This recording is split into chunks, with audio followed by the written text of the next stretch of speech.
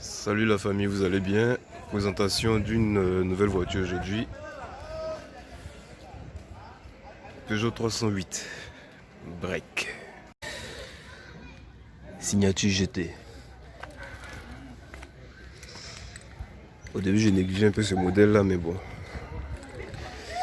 J'aime pas trop les breaks, ça tout le monde me connaît là-dessus, à part tout ce qui est RS6, RS4, mais j'avoue, celui-là il est bon. Il est beau. Présentation extérieure, je profite pour faire le moteur en même temps. Un 4 cylindres de 1,6 litre, si je ne me trompe pas, 1,6 litre, environ 205 chevaux. Imaginez, à l'époque on n'avait pas tout ça. 1,6 litre de 205 chevaux. Le moteur ressemble un peu à une Mini si je ne me trompe pas. Voilà, là j'ai fermé le capot. On a encore la signature GT. Regardez-moi ces phares là. Petite signature Peugeot, je ne sais pas si on voit. Effectivement. J'apprécie la face avant.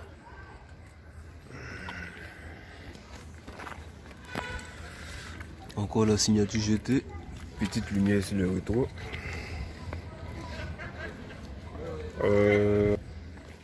Voilà un peu comment elle se présente de profil. Est-ce que j'ai bien présenté l'arrière? Voilà. Bon.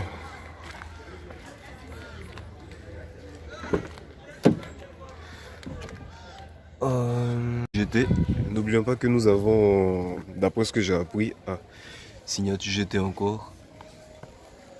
Nous avons, je pense, si je dis pas n'importe quoi, 3 variantes de la 308.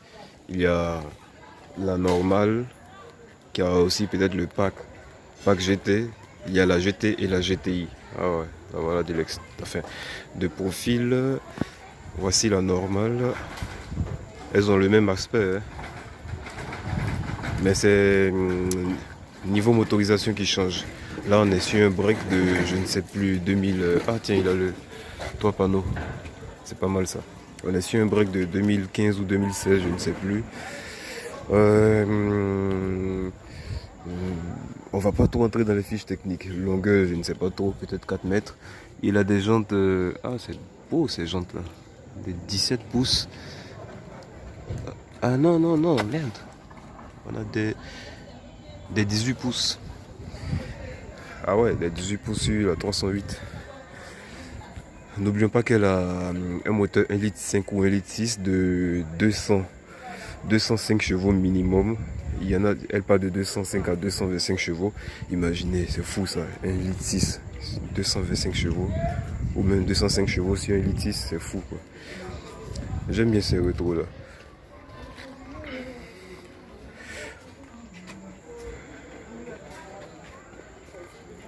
Par contre, le break il est un peu bizarre.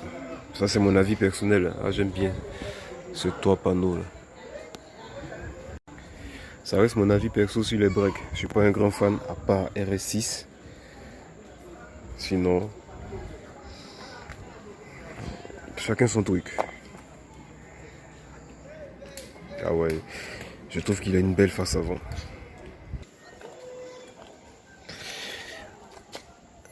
Ah, ça peut faire peut-être une belle prise de vue. 308 garés. Je suis quand même étonné des 18 pouces. D'après ce que j'ai appris, la normale, comme celle qui est là, doit avoir combien? Je sais pas, 180 chevaux. Celle-là, la GT. J'ai aussi bien la signature GT. La GT doit avoir, enfin, passe de 205 à 225 chevaux. Et la GTI doit être à 250 ou 270 chevaux. C'est fou ça sur les 4 cylindres.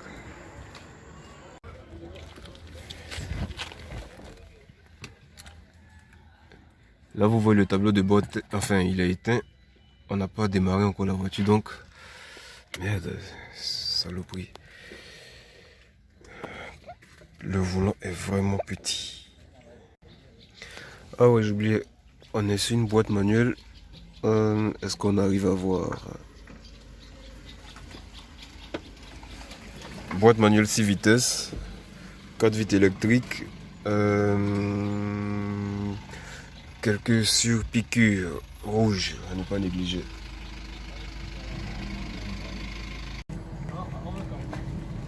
Petit détail, mode sport. Voilà maintenant à l'intérieur de la 308 GT. J'apprécie l'écran. Sympa, très sympa. C'est ici là qui me fatigue même. Là. C'est quand tu mets le mode sport. Ah, le mode sport, oui. Le mode sport fait changer carrément la couleur du tableau de bord. Le petit LED là. Ouais, là il fait nuit, j'espère qu'on va bien voir dans la vidéo. Et puis le toit à panneau, comme je le disais tout à l'heure.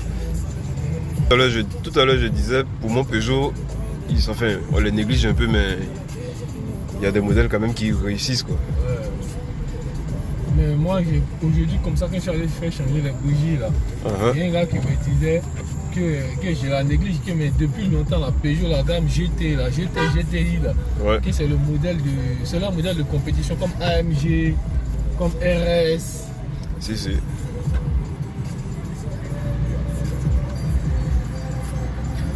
Bon, en fait, ben, on néglige aussi ça parce que c'est pas le même level que AMG ou que M.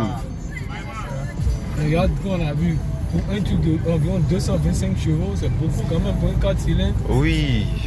2.0, 225 chevaux. Non, celui-là c'est 1.6, c'est la GTI je pense qui a 2.0. Mais je me dis, attends, c'est... En fait, en même temps les constructeurs européens sont obligés à cause de leurs normes, les lois bizarres chez eux là.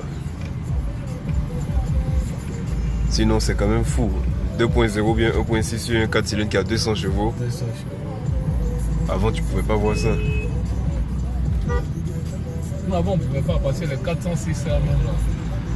Rien du tout hein.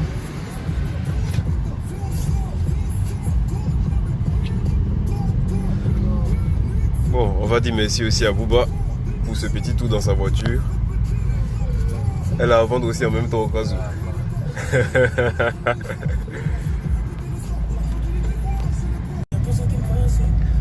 Et puis petit détail que j'apprécie, le sens inverse des aiguilles, le kilométrage et puis le contour là. Ça me fait penser à une Aston Martin. Je sais qu'il y a une Aston Martin qui est sortie, qui avait ce style là. En fait, quand tu n'es pas habitué, ça te fatigue un peu. Parce qu'on a, en général, c'est ici, on voit toujours le contour de vitesse. Oui. Donc tu as l'impression que, quand tu regardes l'aiguille, tu as l'impression que tu es dans les 4000 ou 6000 tours, alors que c'est maintenant que tu vas monter. Oui, ça j'apprécie. Sur piqûre rouge. Ah ouais, on est sur genre du simulé cuir, un peu de cuir, une sorte d'alcantara. Là, ils ont bien fait un sur piqûre rouge encore. Bon, ça c'est la nouvelle technologie, les freins à main ici. Le mode sport. Les sur piqûre rouge, il y en a même sur le truc du levier de vitesse. Ah, on est sur une boîte manuelle 6 vitesses. Sur le toit là, franchement. En fait, maintenant les constructeurs là, ils sont plus dans les gadgets, les options. Faut attirer la clientèle quoi. Moi c'est le tableau de bord là, je trouve ça simple et plus beau quoi. Ouais. Le volant est petit. Non, faut le tableau de bord comme Audi, c'est le tableau de bord là. La nouvelle Audi là. La nouvelle A7. A7. Est-ce qu'ils n'ont pas eu un petit partenariat avec Audi pour ça même? Ouais, on voit que tu tiens ça facilement. C'est easy même. Et le bruit là, dehors là, ça fait ça gueule hein. Oui, la dernière fois quand tu accélérais, j'entendais quand même. Ouais. Ça m'a étonné pour une Peugeot. Aujourd'hui, là, quand je suis allé changer les bougies, là, il y a un gars qui me dit à chaque fois que je passe le bruit, là, le fatigue. Quand tu es dedans, tu n'entends pas trop. Ouais. Tu vois, non, tu n'entends pas.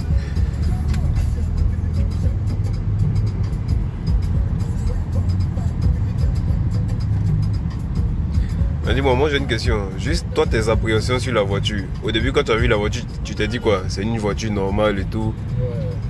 puis quand tu as commencé à la conduire, qu'est-ce que tu t'es dit après? Ouais, j'ai vu qu'elle va vite. Tu vois, le tout en un, là, c'est-à-dire vitesse, stabilité, dans les virages, ligne droite, tout ça, ils ont réussi. Elle est stable même dans les virages. Elle est trop stable. Ah, c'est étonnant pour Peugeot. Hein. Ouais, elle est trop stable. Tu prends les virages à plus de 100, 120, 130, elle est nickel. C'est ça, vu la technologie actuellement, faut pas qu'on néglige les voitures récentes là. Ouais. Attends, quand tu désactives le mode sport, tu as le kilométrage qui s'affiche de façon numérique.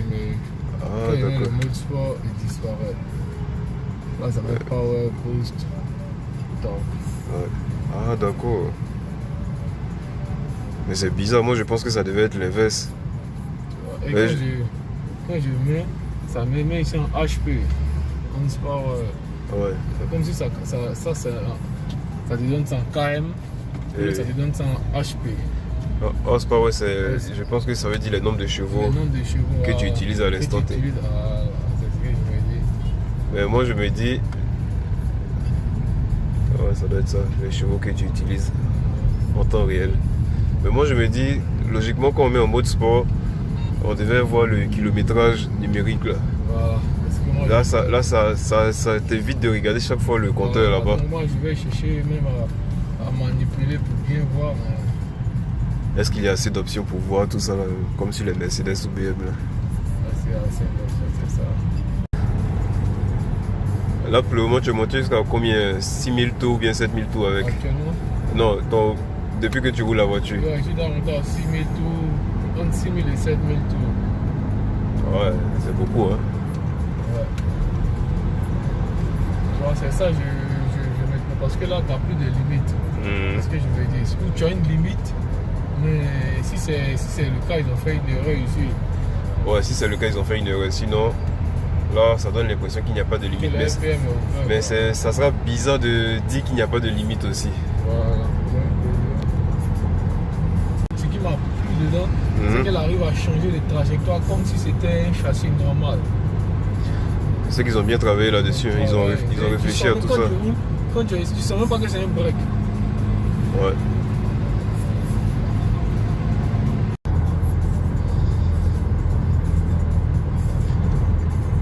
Donc maintenant, on n'a plus à faire au break comme avant. Ouais. C'est juste pour transporter la famille. Voilà. En tout cas, c'est bien fait. Ah, c'est le tableau, le petit écran ici là qui me fatigue un peu. Quoi. Ouais, ils ont réussi ça. C'est simple et beau quoi. Ouais, ils ont réussi le petit écran. En plus, il est tactile. Ouais, tactile.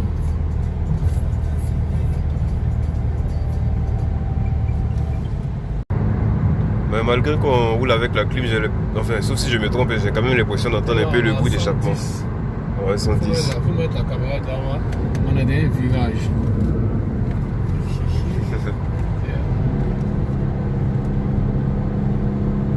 Non, elle prend bien les virages. Ouais.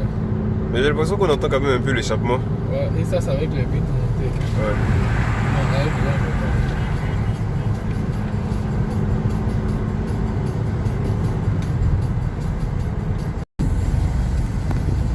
Donc toi, si on te demande de donner une note à cette voiture sur 10, tu lui donnes combien? Si je dois aller pour une française, tu vois, non? Si c'est le point de vue général, tu vois, il y a des breaks qui sont... On ne peut pas la classer parmi ces breaks-là, les Allemands. Oui, oui. Non, si on doit se dire que c'est un véhicule français, moi je donne 7, 5, 8, 10. Ah, 8 même? Ouais, parce que ça, selon moi, ça respecte tout. Habitat, confort à l'intérieur, tenue de route, accélération, tout. Mais là, je note, parce que c'est une française, je note en fonction des françaises. Ouais. Parce que je dois noter avec les allemandes, avec tout. Tu vois, non, là, on n'est pas sur le même level. On n'est pas sur le même level. Où on va donner 8 aux allemandes, elle, on va lui donner peut-être au moins 6 ou 5. Ouais, c'est clair. Parce que c'est pas le même style. Non, mais ça sonne bien. Hein. Ouais,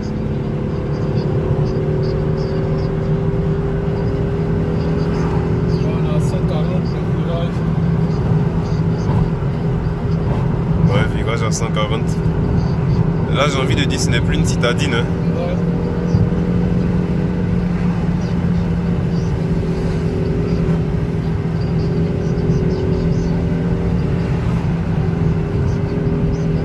Mais bon, pour une break, franchement, sa façon de rouler là, ça m'étonne. Pour une break.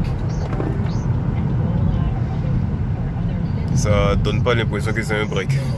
En fait, tu oublies, dans ta tête, tu oublies que tu es dans un break. Qui est à l'arrière. Ouais. Tu vois, tu oublies qu'il est à l'arrière. Mais j'avoue, moi, le style break, j'ai jamais été fan.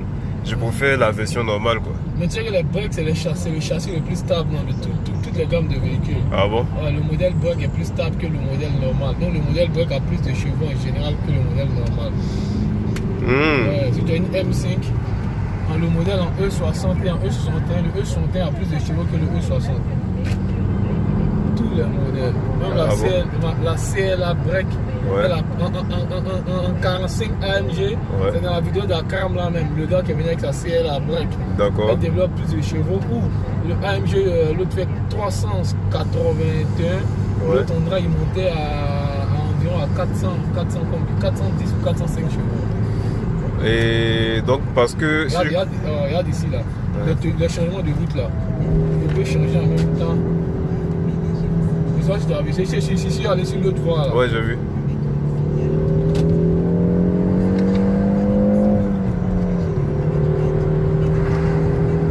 C'est pas un break, quoi. C'est pas un break.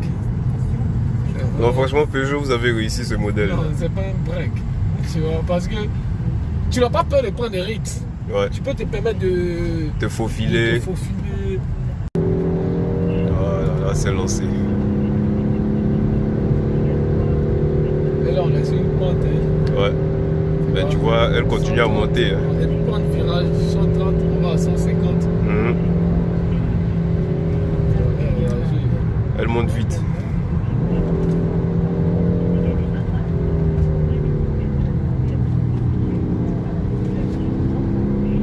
Et puis la reprise, ça c'est un facteur vraiment négatif. Tu vois, quand tu freines, la reprise là, c'est vrai qu'elle descend. Même quand elle descend là, elle reprend trop bien. Elle réagit vite. Le changement de voie. J'allais dire, ça me fait penser à la Mini Cooper, mais... Mais la Mini, tu vois, c'est un véhicule qui va avec ce genre de truc là, de style de conduite là. Mais là, c'est un break. Donc c'est bizarre. C'est bizarre. J'ai envie de continuer. C'est tout quoi. Non, c'est clair. Parce que j'ai un ami, souvent on discute de voiture, vitesse et tout. Lui, il est comme moi. Ça sert à rien de faire du 180, du 250 en ligne droite. En ligne droite, regarde par exemple le petit là.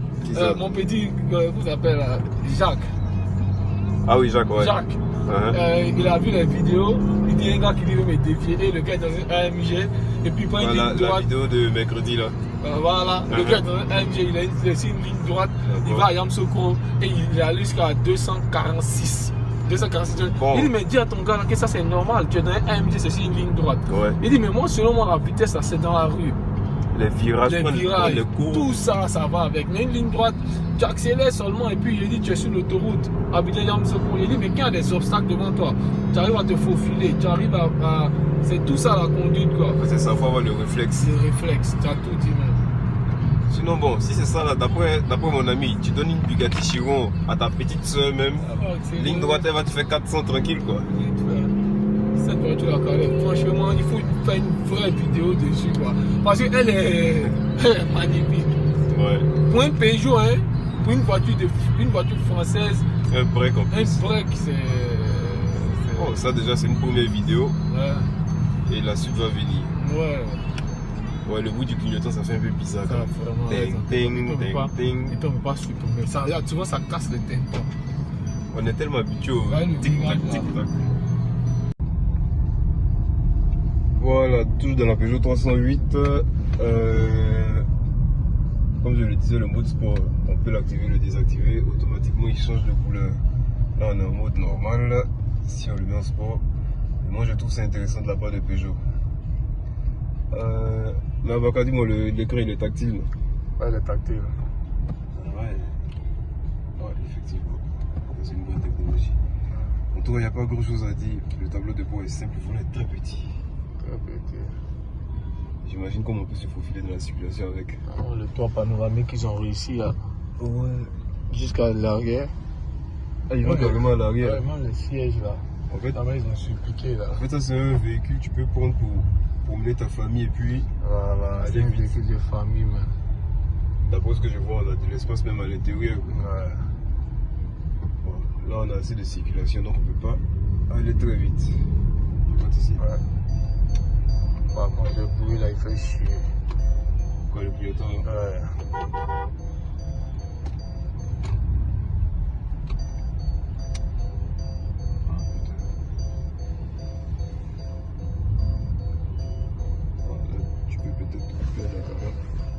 Comparer, c'est vrai que 308 c'est joli, c'est un confort pas possible. Il y a des mariages puissants. On va venir la comparer à Peugeot quoi. La Porsche c'est une Porsche. C'est tout quoi.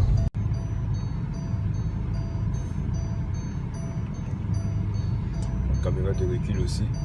Moi c'est l'échappement, faut se détendre pour voir si je vais choisir une manœuvre. Vu que je suis comme ça, je vais faire rentrer comme ça. J'ai appuyé là. J'ai choisi le côté. C'est ici.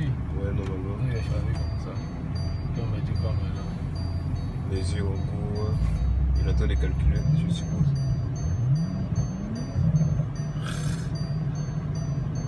ABT.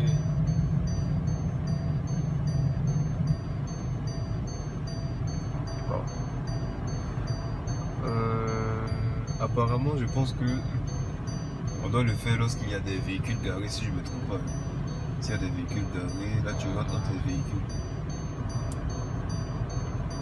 Et là c'est dur dans ses calculs. Hein. Comme il n'y a pas de véhicule stationnaire. Ça doit être peut-être ça. Et si tu essayais. Donc comme je le disais tout à l'heure, regardez comment le contour il est dans l'autre sens. Ça fait un peu bizarre parce qu'on n'est pas habitué à ça. 250 à l'heure, vous avez l'aiguille de carburant, enfin ouais, jauge de carburant. Bon là le petit ordinateur central, température, c'est pas mal ça. Ça qu'est-ce que c'est? Ça.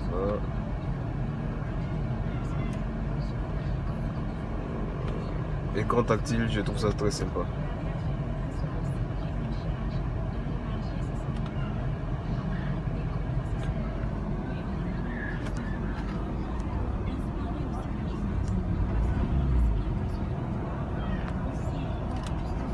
Bon, on va éteindre.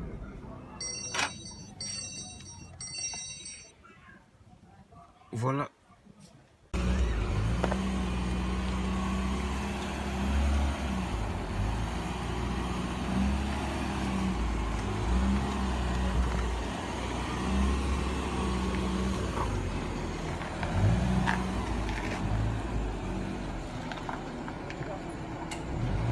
Désolé pour la qualité, hein.